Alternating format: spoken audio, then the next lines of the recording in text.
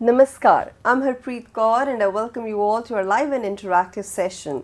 You are watching this online training program of ours under the umbrella theme of ICT for Teaching and Learning of Social Sciences. This training program is brought to you by Central Institute of Educational Technology, that is CIET and NCERT, New Delhi. Today we are in day 3 of the training session and the topic that we have taken up is Digital Tools for Social Sciences. You are watching this session of ours on PME Vidya channels from 6 to 12 and also on our YouTube channel NCERT Official. You can also participate in the session. This is a 5-day, 5-hour online training program. So do participate in the session with your questions and suggestions, because if you want to score a certificate, you have to score more than 70% in the assessment that is going to happen on the last day of the training session. And for that, you have to watch all sessions very carefully and you have to get your queries sorted if you want to participate in the assessment and if you want to, of course, answer the right questions. Now, how you can do that? We have 3 different mediums for you. You can give us a call on 8800440559. You can also write an email to us. For this, our dedicated email ID is training.helpdesk@ciet.nic.in. Last but not the least, we are streaming live on our YouTube handle NCERT Official. So please go to the comment section or live chat box and put in your questions, suggestions and feedback over there. Now you all know that you have to visit the CIT website for registering yourself and you have to follow certain steps so that you can attempt the assessment that is going to happen on the last day, that is on day 5, which is Friday. Now, to have a discussion on the topic of day 3, which is digital tools for social sciences, we have invited our expert in the studio. We are joined by Miss Sanchita Ghosh. Let's welcome her. Ma'am, namaskar and welcome to the session. Namaste and thank you so much, Harpreet. Let me tell everybody that ma'am is head of the department history from Sanskriti School, New Delhi. And with ma'am, we are going to take this conversation forward and we will delve deep at how ICT is playing a major role when it comes to teaching and learning of social sciences. What are different digital tools available to us, and there is going to be a lot more. So what exactly? So, ma'am, I request you to kindly offer us a glimpse of what exactly you're going to focus on the session today. So, thank you so much, Harpreet, for this session today, and I would like to welcome all the viewers who are watching. Or as Harpreet said, please feel free to ask your questions. Today's session is going to be more about how students can not just become consumers of content. Teachers should not just become consumers of content, but we should be able to empower ourselves, empower each other to become creators of content. That is where the true critical thinking really comes in. And that's going to be my focus in the session today, where I'll walk you through some of the tools that can help you become creators of content, creating content for your students. And if there are any students who are watching this session, how you could become creators of content and help not only yourself, in understanding your subject better, but also your peers in understanding and learning the subject better. Absolutely, and you just hit the nail that we have to create our own content, and for that we need critical thinking, creative thinking and analytical skills and whatnot. Now, how do you think that teachers can use this ICT, to especially promote interactive sessions when it comes to peer learning or teacher and student collaboration, especially in the context of social sciences? So one point that I would like to bring forward, something that has been also touched upon in the previous 2 days sessions as well, that social science was not a natural subject one thought of when one thought of ICT, right?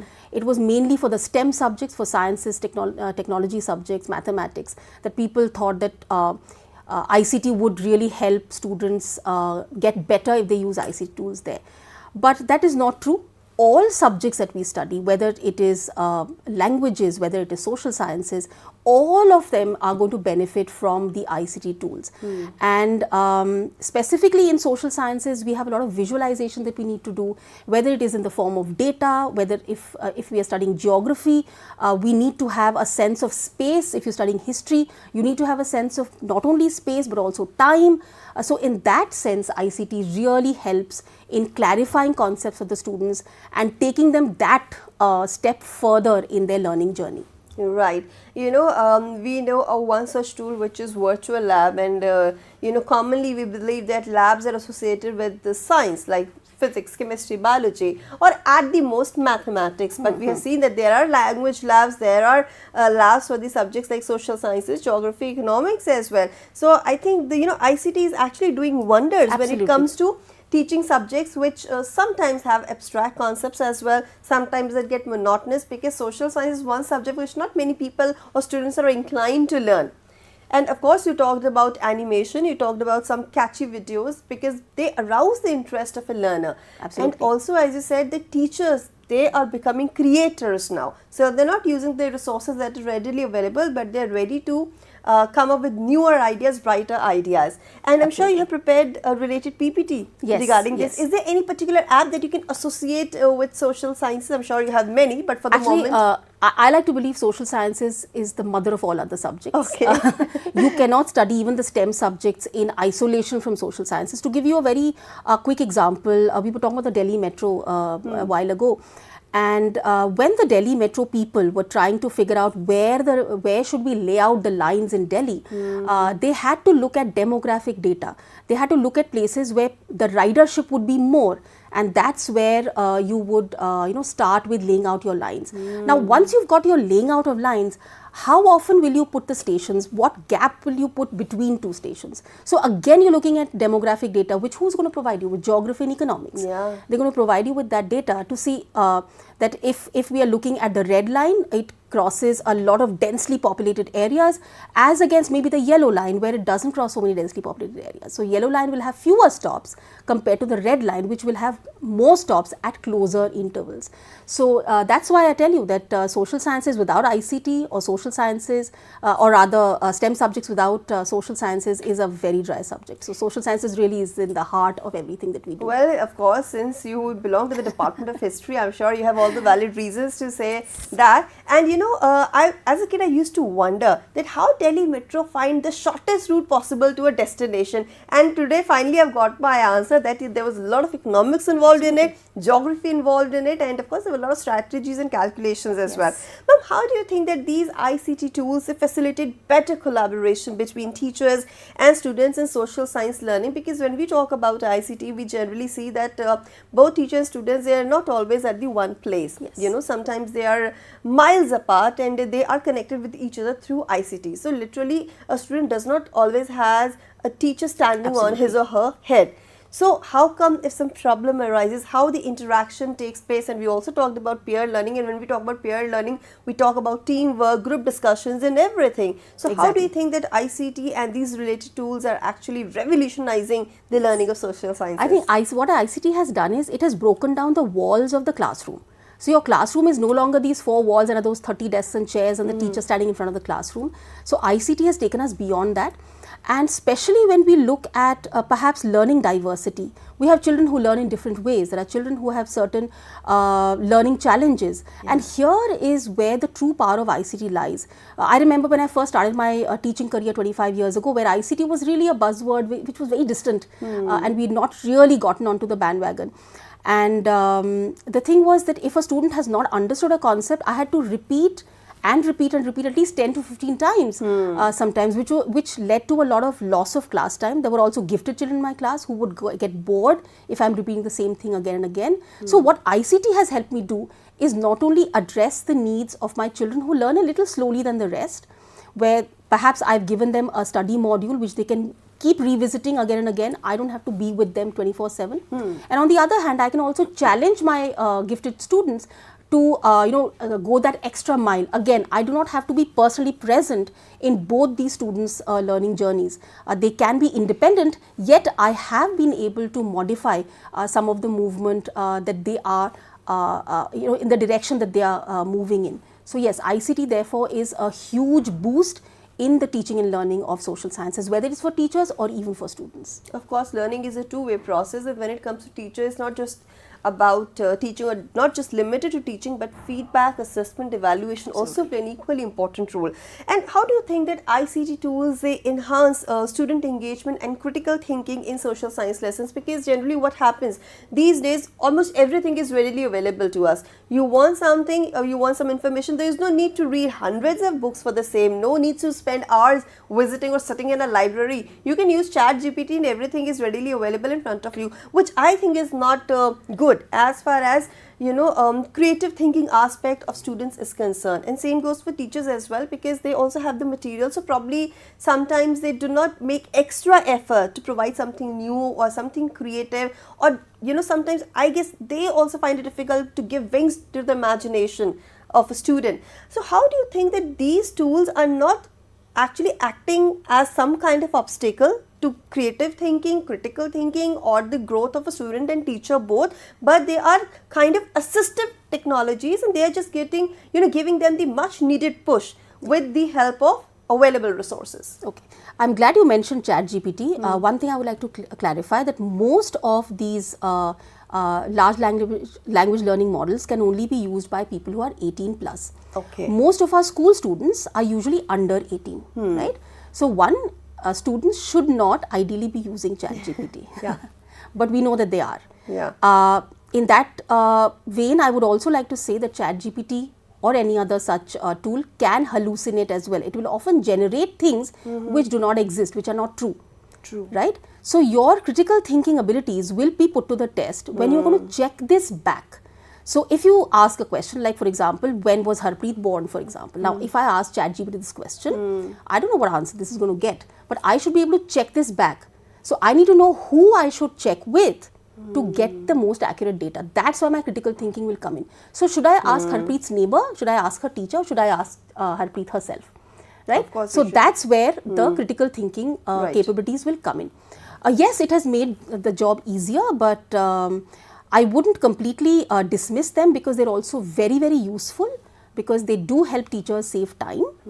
However, whatever resources you generate by giving the right prompt to ChatGPT, you will as a teacher go back and check whether the material that you've got is appropriate for your students, whether it is accurate, right? So all of this again will exercise your critical thinking capabilities. Suppose they want to make some projects on the Pyramid of Giza and they want material on that, so probably they are not browsing the literature that is available, and they are going to ChatGPT for the same. Yes, students do that, and as a teacher it is very easy for me to spot what the student has done. So as a teacher, when you're giving your students assignments, when you're interacting with them in class, you know what their writing capabilities are, and suddenly in a project, you're getting something which is way beyond what you know the child has been doing so far. So immediately that's a red flag to you, that the child has probably used sources which do not really test a child's own critical and creative thinking abilities.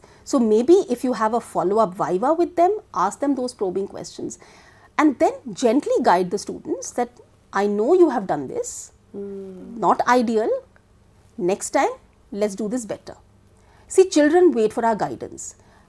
If I say ICT has made it very easy for children to get information at the snap of their fingers, so why do they need teachers? I think teachers' role has now moved to also becoming the moral compass for our children. Right? So that is very, very important. And whether you're a social science teacher or any other subject teacher, it's our duty to look after the best interest of our children, to always be alert to what they might be doing, what is appropriate, inappropriate, and guide the children accordingly. So that's where a teacher's expertise also with ICT becomes very important. I can't just get away by saying that, oh, my children know ICT, I don't have to understand ICT myself. Not like that. You cannot guide your students unless you are aware of the tool itself. So teachers need training as well. Absolutely. And because I have always viewed some of the subjects under social sciences like history quite boring, but I remember watching them as documentaries on television programs, and they were quite intriguing. There were videos, there were audios, and of course some interesting facts. We cannot say that we have just acquired the technology. It has been with us through ages. We always had text, we always had photographs, we always had video in the archives. But yes, ICT is now giving a major push to the already existent resources, and that too in a very modern and catchy way, something that our youngsters relate with. Now, how do you think in 21st century, in today's scenario, ICT is transforming the way social science is taught and learned? Because you take the concepts of economics, you take the concepts of geography, history, political sciences. I mean, at times they're very monotonous when you're just picking up the book and reading through that, or probably just showing some photographs or giving lectures on the same. But with ICT, you can do wonders. Absolutely. Here I'll give you an example. So you were talking about documentaries. Yeah. Now, obviously, it is not possible for every student to be making a documentary or a teacher to be making a documentary. But in yesterday's session, Dr. Ray she made a very pertinent point that, we are traveling and we always have our mobile phones with us, and our mobile phones now come with cameras, a video camera as well. So what they can do is, so whether it's a student or a teacher, click a short video of a place you're visiting, click your selfies and pictures. That is your own resource. And then when you're creating a resource for your students, you add those in. For example, some years ago, I had the good fortune of being able to visit Hampi, which is in Karnataka. This is something we teach as well in grade 12 in great detail. And before going to Hampi, I really did not have much of a clear concept of what the layout of the land was. But when I went there, I was completely amazed, and I had the presence of mind at that time to make lots of videos. Even the state-sponsored guide who was showing us, so I made a video of him explaining various aspects of Hampi to us.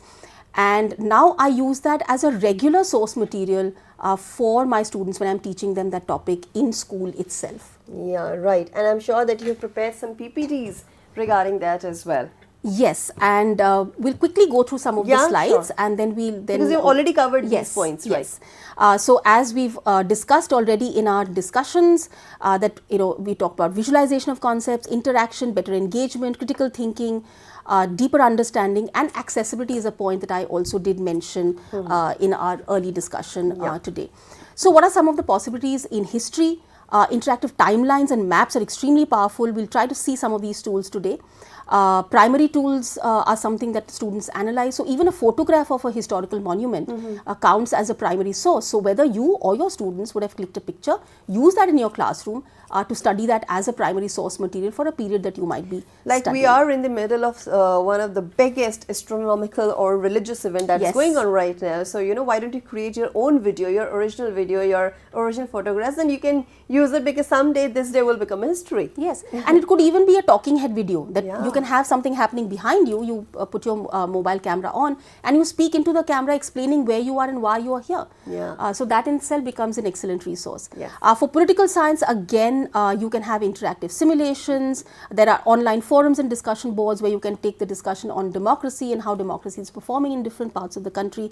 There are virtual reality experiences that one can go through. You can start social media campaigns with your students. For example, we just had the Delhi elections. We ran a campaign encouraging our parents to go and cast their votes if they are living within the Delhi region where they were to cast their votes. In geography, again, there's a plethora of tools that you can use, interactive maps and globes, GIS tools, something that you will be doing in the next 2 days. So I'm looking forward to those sessions as well. There are virtual trips that you can take your students on, travel simulations that you can do from within your classroom. You don't have to think about booking tickets and missed flights or lost baggage or anything of that kind. And then economics as well, because it is such an important part of social sciences. Here again, you have a lot of different tools to help you visualize data. For example, you want to analyze economic indicators like GDP, inflation or unemployment rates. Rather than look at in the textbook as dry figures, you can see them as interactive and moving graphs when you use the right tools. True. So there are a huge number of subject-specific repositories for social science. These are only some of them. Of course, Diksha and Swayam, they are handled by NCERT itself. Bhuvan and School Bhuvan is something that we're going to look at in the next 2 days. Then you have Project Gutenberg, where most of the books which are no longer under copyright, they're available. So even the very old texts are available. So Hammurabi's Code of Law, for example, those of you who teach Mesopotamian history, you might find Hammurabi's Code of Law also in Project Gutenberg. So I find that very, very useful. And of course, you have Eat Pathshala and the DTH channels, one of which you're watching right now. course. Then there are free and open source softwares for social science like OpenStreetMap, K-Geography, Marble, OpenBoard. And there are websites and mobile apps also to support your social science teaching learning. Google Earth is something again which will be covered in this 5-day session. Stellarium is really powerful. It's a mobile app to study the planets and the stars and their position in relation to the Earth. So any point of time in the day or night, you point your mobile phone in any direction from where you're standing, you will see exactly what the sky looks like from there. So very, very powerful there. Google Arts and Culture is again another very powerful set of, or rather a website and even a mobile app now, which can help you do a lot of things with your students. For example, they have a lot of, these virtual walks. So places that you can't easily visit, you can actually take your students on a tour from within the classroom itself. Yeah, that's quite interesting because you talked about space. I mean, virtual reality, augmented reality is something that giving you goosebumps when you experience it. I still remember, like, these days people are heavily into online games as well, and that too using virtual reality. It is out of the world experience. I remember using this particular app where you feel as if you're sitting in some roller coaster, and it gives you another kind of high. Your body actually moves. It moves away as if you're really sitting in the roller coaster ride. Yes. And that is amazing. And especially when it comes to, learning about the space, the galaxies, constellations, I think it will be wonderful learning geography like that. It will surely make people inclined towards the subject also. And to just kind of again give you a context to it, earlier our physics departments used to run a physics club, and if you ever wanted to stargaze, you had to stay back after school hours. Yeah. But now, in fact, within your regular school day itself, whether it's a physics teacher or a geography teacher, they can show the students the position of the planets and the stars or you visit right a planetarium. In the classroom. Or you visit a planetarium. Not always possible. Not every city has a planetarium. Yeah. In India, and again timings, and there are so many things one has to put into place before we organize a student's outing. So it also helps with various infrastructural challenges that a school might face in that sense. Now you've opened something really interesting. Yes. So kindly elaborate the same for all of us. Yes. So we were talking about mapping, geography, space. So if you look here. This is, of course, the central view is that of the Pacific Ocean. Okay. And you've got all of these pins located around here.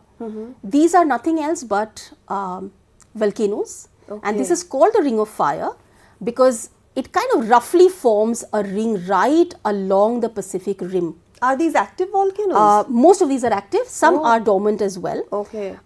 So this resource you can create as a teacher to show the students how these volcanoes are located. You can zoom into the map and see, closer. Okay, I've zoomed in too much. Let me just take it back. Yeah. So you can take a closer look at some of these volcanoes as well. I can change the base map to make it look like a, a satellite image. So I'll just quickly show you the satellite image of it.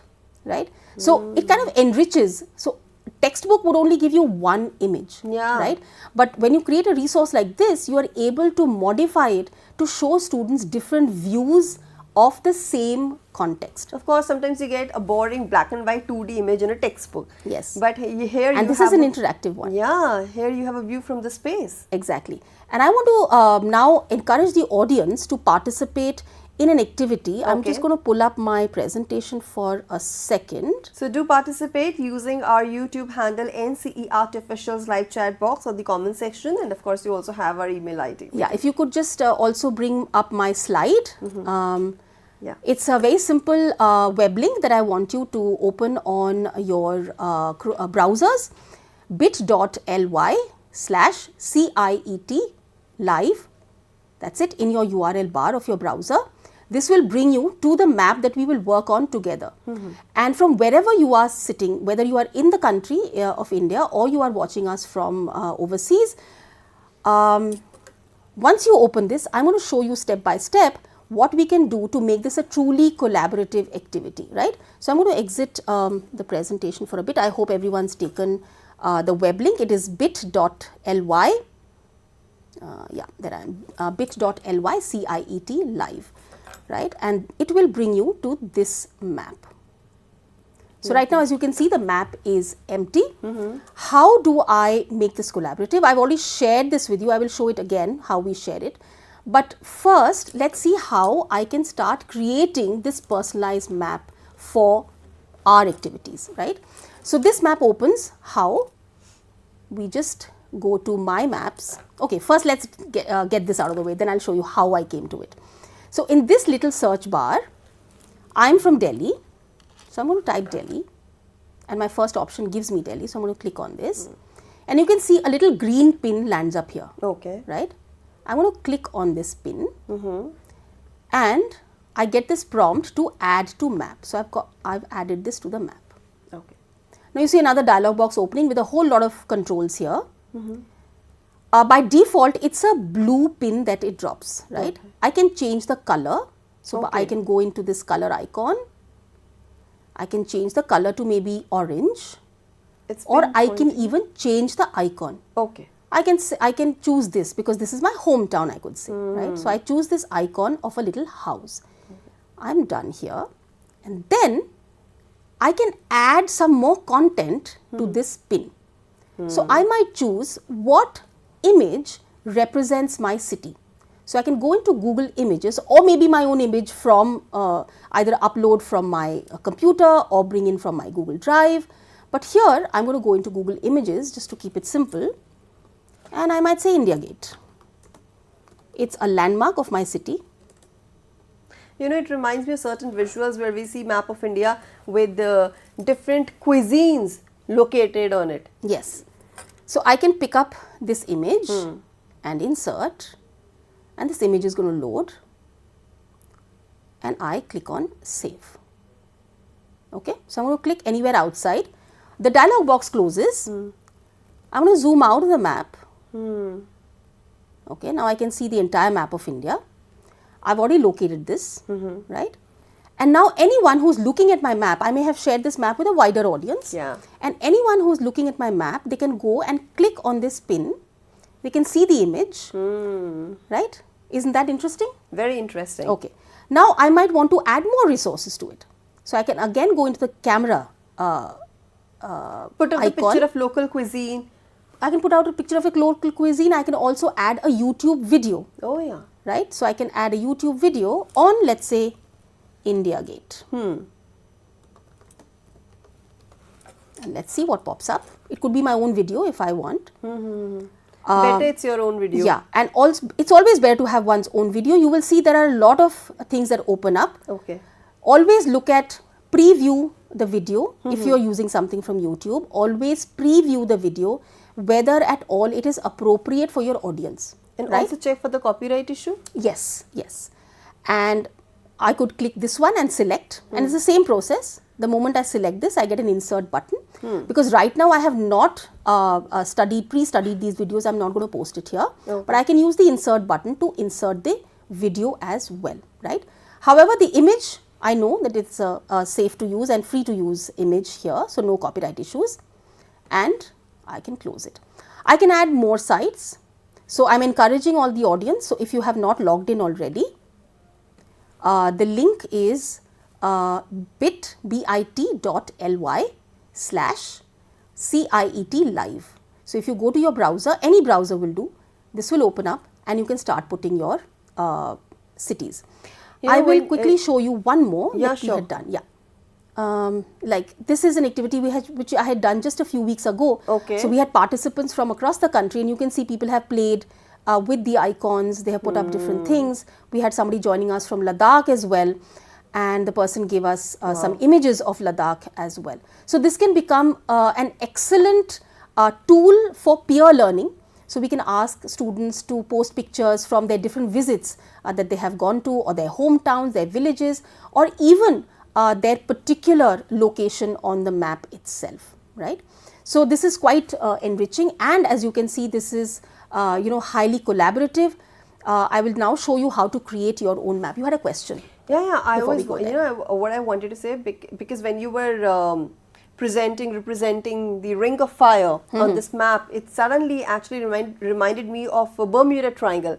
I think that, using these apps or such apps, we can unravel the mystery of Bermuda Triangle also in a very interesting way, and we can bring imagination to realities, virtual reality. Absolutely, absolutely. So here you can not only do a geography lesson, you can even do a history lesson. For example, you can cover your entire year's curriculum in grade 12 using just these Google Maps, because you can add layers. So now what I'm going to do is take you step by step as to how I came to create this Google Map, right?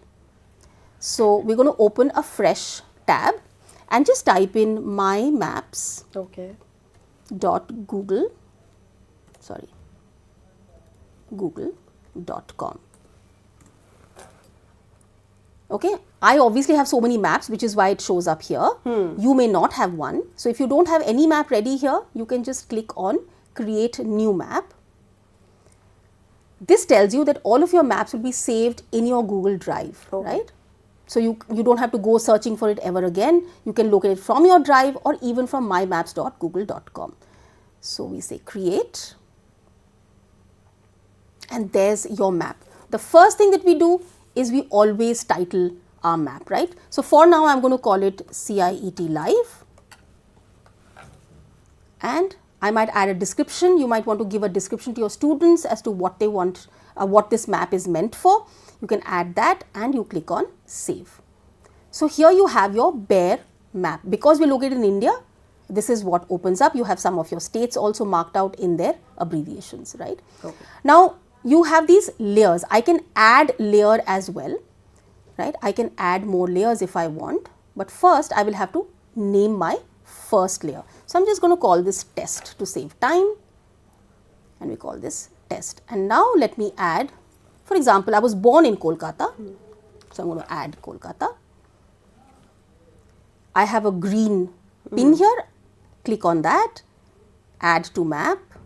I have Kolkata ready. I might want to add an image, but for now I'm going to leave it as it is just to save time and show you a few more features, right? So Kolkata is now added to my map, right? And you know that you can use, just let me quickly revise, you can use the paint bucket icon to change the color or change the icon also. There are more icons that you can go and explore and see which one fits the theme of your map, right? Okay.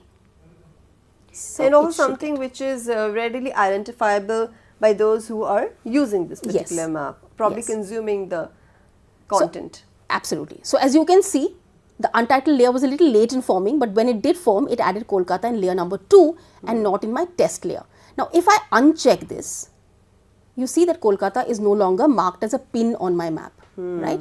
However, if I bring this back on, so I can name it according to chapter. So chapter 1 can be a certain set of maps. Chapter 2 can be another set of points given on the map. True. Now the thing is, how do I share it with my students or with other collaborators so that they can add their pins as well? It's super simple. I just go into the share button. I activate this. Anyone with this link can view, right? And then, but I want to add collaborators. I want people to be able to add their own pins to this map. So here there's an added step. I'm going to go to share on drive. It opens up like this. I can share via people's email IDs or anyone with the link I can restrict the view, or let's say I'm going to add, and I can add a message and say notify and add your pins, and I can click on send.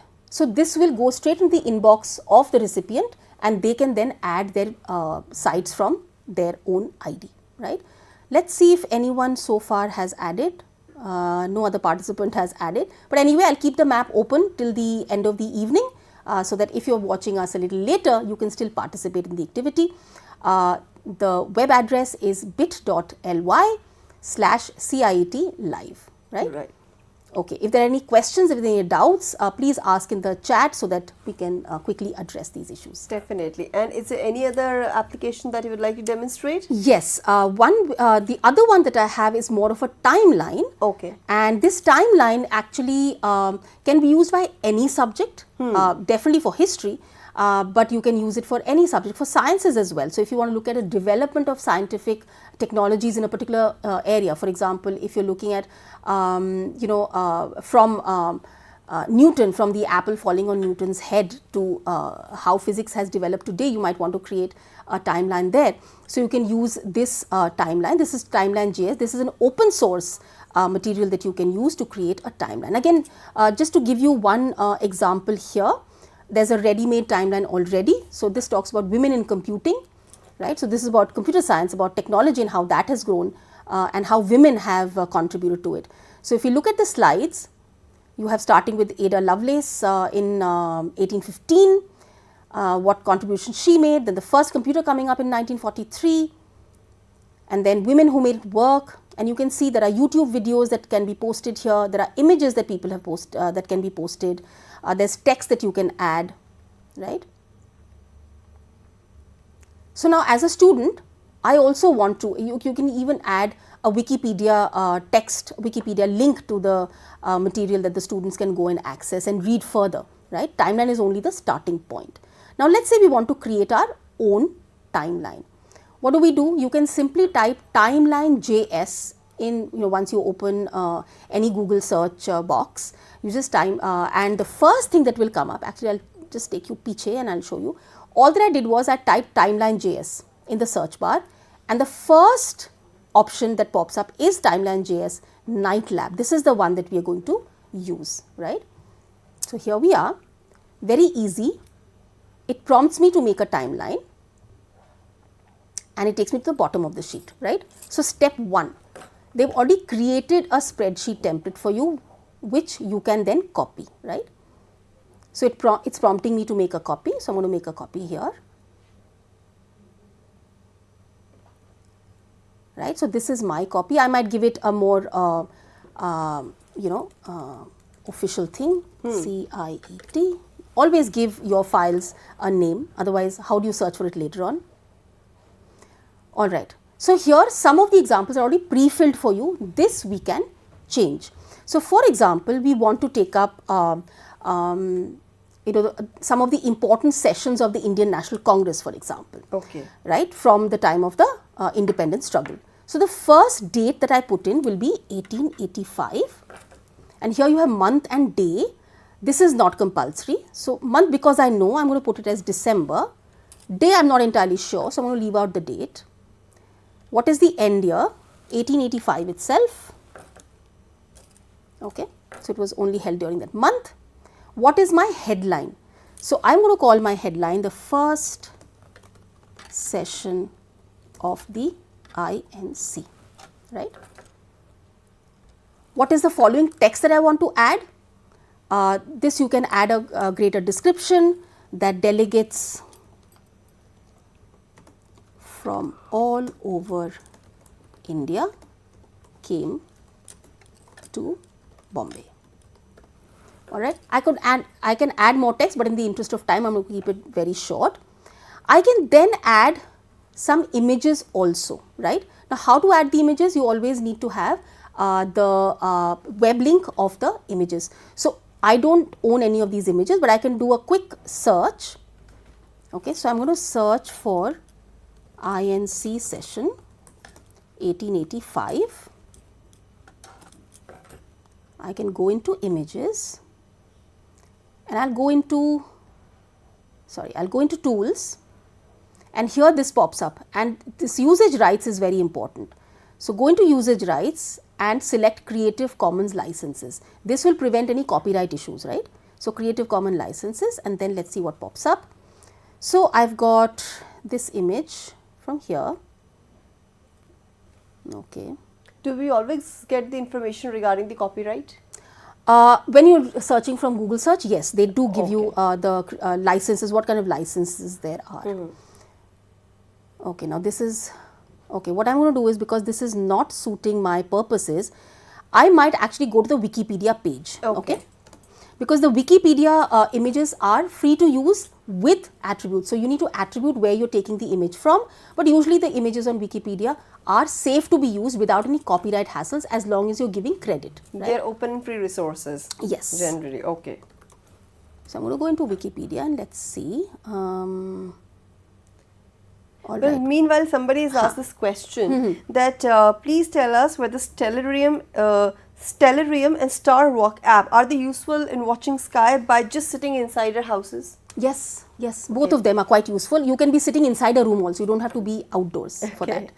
that. Okay, so I got the Wikipedia image here. I'm going to go in because I need to pick up the web link of the image, right? All right. So I'm going to scroll down and this is the image that I was looking for. Click on this, okay, and I'm going to click on share, that little share arrow at the bottom right hand corner, and I am going to copy this image, this web link.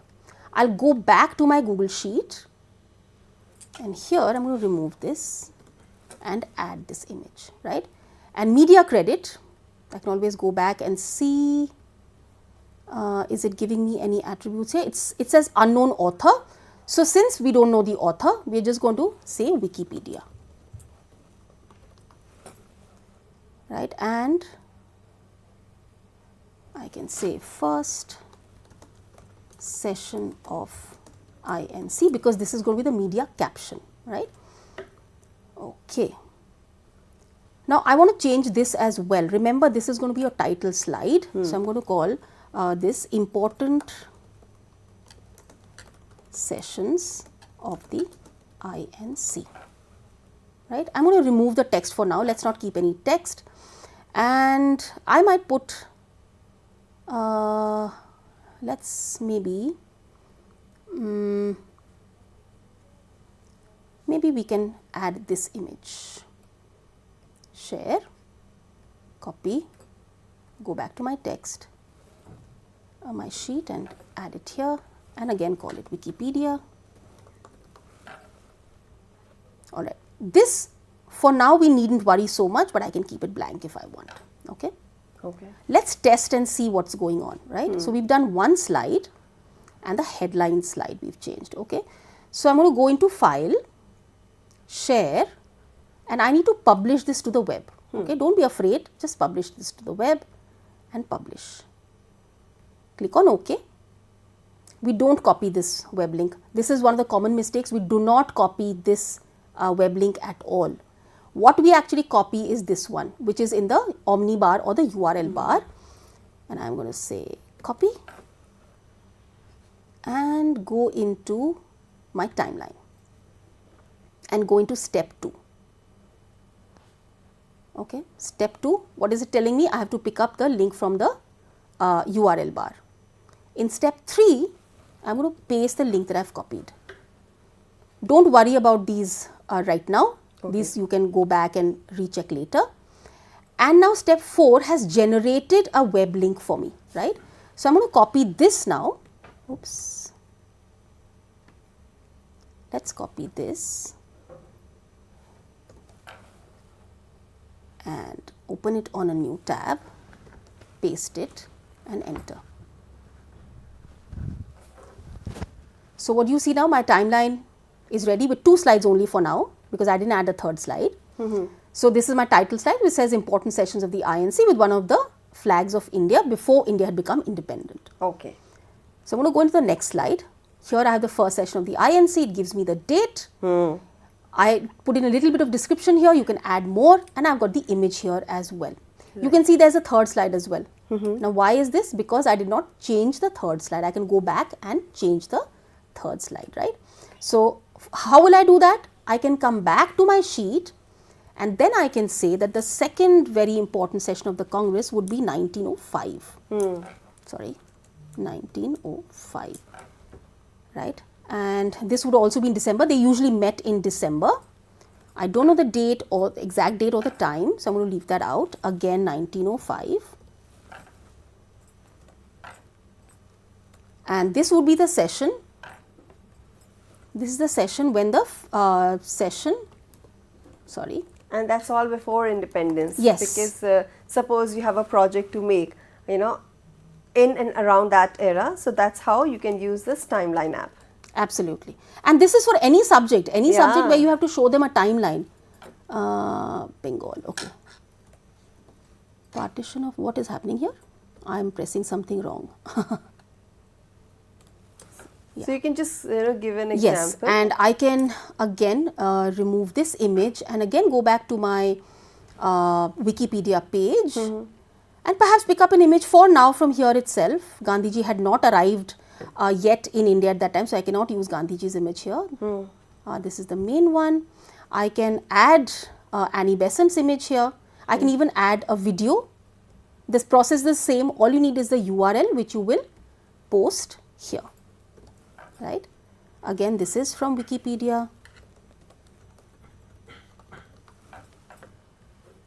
Right? And now let's go back here and reload, and let's see if my change is showing up. Yeah, my change is showing up here. So I can use the same timeline and go back and edit and add more slides as I'm developing my lesson. And at the end of the lesson, I can share this with my students so they have a good ready reckoner for them to prepare for the next assessment that is coming up, or anytime they want to go back and see what has been the history of the INC and its contribution to the Indian national movement. Right, so you have elaborated these or demonstrated these apps for us very beautifully, and of course you have given practical examples. Now we are left with very little time. So before I close the session here, would you like to give any important tip or message to the teachers or students? Absolutely. Or are there any other apps that you would like to mention here? Yeah, one thing that I would definitely, if you could bring up the presentation, one thing I would definitely advise the teachers to do is always consider, there are thousands of tools. I mean, what I've told you is not even the tip of the iceberg. There are so many tools that one can use. Some of these tools you can delve in so much deeper, but always keep in mind certain things when you are using this for your students. That firstly, what are the pedagogical considerations? Does it align with your curriculum? Is it meeting with your learning outcomes and goals, or is it just a distraction? We can very easily get distracted with digital media. It happens to me all the time, and I have to keep thinking, no, this is not going to help my students. I have to come back and focus on my students' needs. Is it going to make learning active and engaging? For example, the timeline tool that I showed you, a teacher can make, but so can a student, because if you notice, there was no login required, right? Yeah. Students can also make this. So encourage your students. So once you've showed them the timeline, ask them to make their own timelines and share with the rest of the class. So you're encouraging peer engagement as well, right? So whether a tool is going to help you with assessment and feedback, look at those. And the ethics and the safety of use is paramount. Our children are minors, school education, mostly students are under 18. We have to look after their safety and well-being when using online tools. So these are very, very important things that you need to consider. Technical considerations are important as well. Accessibility and infrastructure. Some schools are very blessed where every child has a device to himself or herself. But there are many computer labs, but many schools may not have so many labs. They might only have one computer in the entire school if you're looking at very remote area schools. So again, think about whether the tool will benefit your students given the infrastructure that is available to you.